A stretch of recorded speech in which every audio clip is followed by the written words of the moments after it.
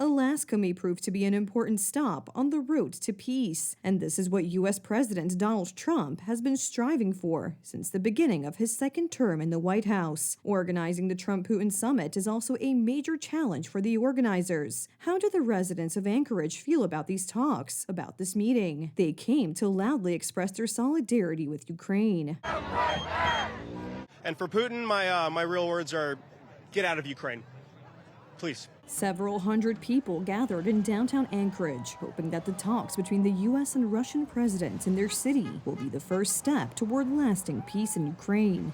I think it's good that the two of them would talk, and I hope that Trump realizes that Putin is on a conquest and hold his ground.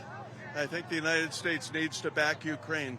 Elmendorf-Richardson Military Base, the largest military facility in Alaska, is where today's talks between Trump and Putin are taking place. The base is home to about 30,000 military personnel and their families, and it also has its own airport, which greatly facilitates the security of the talks between the two delegations. Journalists from around the world have been gathering at the base's gates for several days. There's huge interest about this summit because all eyes are on this military base.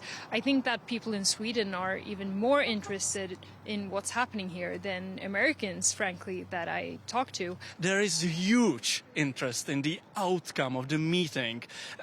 And no surprise, obviously, because for the Czech public, either from the security or a political perspective, it is of great importance. The organization of the talks in Alaska came as a big surprise to the 350,000 residents of Anchorage. At this time of year, it is usually difficult to find a free hotel here because it is the peak tourist season. And now several hundred journalists, experts, and delegation representatives have also arrived in the city. We shut off everything, but as a local business, we try our best to open our door to host more journalists.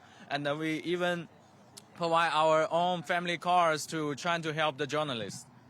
Mr. Jack adds that despite these inconveniences, Alaska is the best place for U.S.-Russian talks. If you look at the history of Alaska, here's a lot of connections with Russian, and I think here is like the bridge to Russian and U.S. And you know the Little Diamond and the Big Diamond Island, they're only 3 miles from each other. In the winter, they're frozen up. You can physically walk to Russia and between the U.S. From Anchorage, Alaska, Rafał Stańczyk.